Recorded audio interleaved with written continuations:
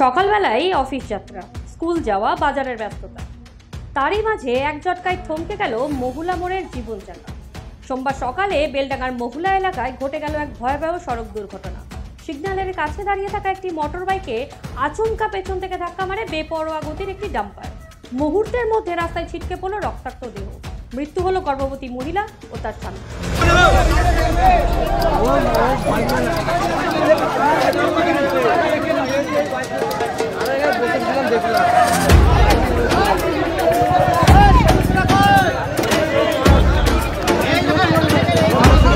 প্রত্যক্ষদর্শীদের বর্ণনা শুনলে গা শিউরে ওঠে।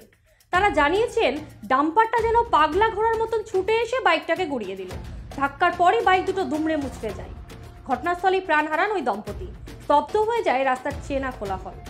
খবর ছড়িয়ে পড়তেই ভিড় জমে যায় ঘটনাস্থলে। স্থানীয়রা ছুটে এসে উদ্ধার কাজে হাত লাগালেও কিছু করার আর সুযোগ ছিল না। খবর পেয়ে পৌঁছায় বেলডাঙ্গা থানার পুলিশ। ডাম্পারটিকে আটক করা হলেও চালক ঘটনার পরই পালিয়ে যায়।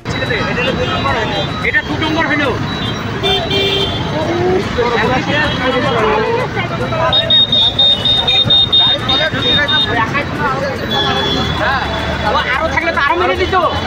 পাঁচটা লোক জটা ছিল, সবই তো তুমি দিত।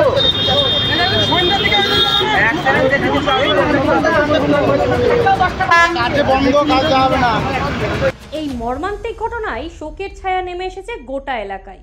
নিহতদের পরিবারে নেমে এসেছে অকস্মাৎ ঝড়। পুলিশের দেহ দুটি ময়নাতদন্তের জন্য পাঠিয়েছে এবং চালকের খোঁজে তদন্ত শুরু করেছে।